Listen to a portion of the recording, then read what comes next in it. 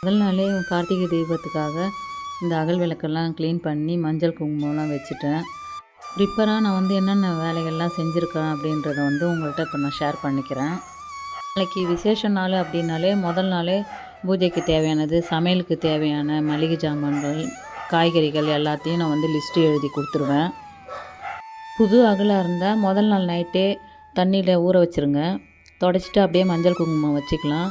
அதே நம்ம யூஸ் பண்ண பழைய அகலாக இருந்தால் கொதிக்கிற தண்ணியில் வந்து துணி போடுற வாஷிங் மிஷினில் போடுறோம் இல்லைங்களா, அந்த லிக்விடு கொஞ்சம் ஊற்றிக்கோங்க. லெமன் வந்து ஒரு பழம் ஃபுல்லாக பிழிஞ்சு விட்ருங்க. நைட்டு அதுவும் ஃபுல்லாகவே ஊற வச்சாக்க மறுநாள் காலையில் நம்ம சபினா போட்டு நம்ம விளக்கும் போது எண்ணெய் பிசுப்பு இல்லாமல் நல்லா சுத்தமாக க்ளீனாக ஆகிடும். புது அகலாக இருக்கட்டும் பழைய அகலாக இருக்கட்டும், ஆனால் கார்த்திகை தீபம் அன்னைக்கு கண்டிப்பாக 27 அகல் ஏற்ற மறந்துடாதீங்க. ஏன்னா 27 நட்சத்திரத்தை குறிக்கிறதுக்காக தான் அந்த தீபத்தை நம்ம ஏற்றுறோம். ஒவ்வொரு ராசிக்குமே 3 நட்சத்திரம் இருக்கும். அது மொத்தமாக கணக்கு பண்ணி பார்த்திங்கன்னா 27 நட்சத்திரம் வரும் 12 ராசிக்கும்.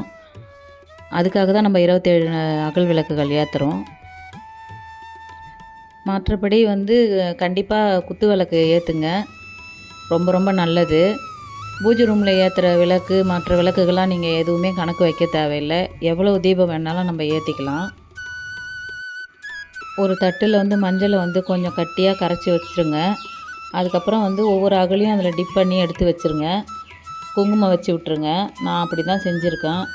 கீழே சிந்தாமல் இருக்கிறதுக்காக ஒரு பெரிய தட்டில் தான் இதை நான் பண்ணிகிட்ருக்கேன்.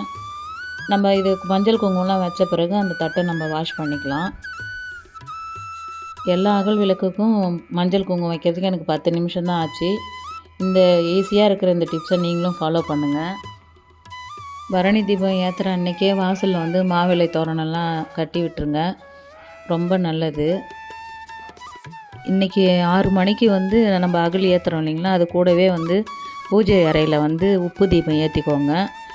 நவதானிய தீபம் ஒன்று போட்டுக்கலாம். அடுத்தது வந்து அகண்ட தீபமும் இன்றைக்கி ஏற்றிக்கினா அவ்வளோ நல்லது. மறுநாள் வரைக்குமே நம்ம வந்து தீபம் ஏற்றுற வரைக்குமே அது எரிஞ்சிக்கிட்டே இருக்கலாம். இது மாதிரி நிறைய அகல் விளக்குகள் ஏற்றுறதுனால நம்ம வாழ்க்கையும் வந்து ஒளிமயமாக ஆகும். ஓரளவுக்கு ப்ரிப்பராக நான் வந்து முதல் நாளே எல்லாமே ரெடி பண்ணி வச்சுட்டேன்.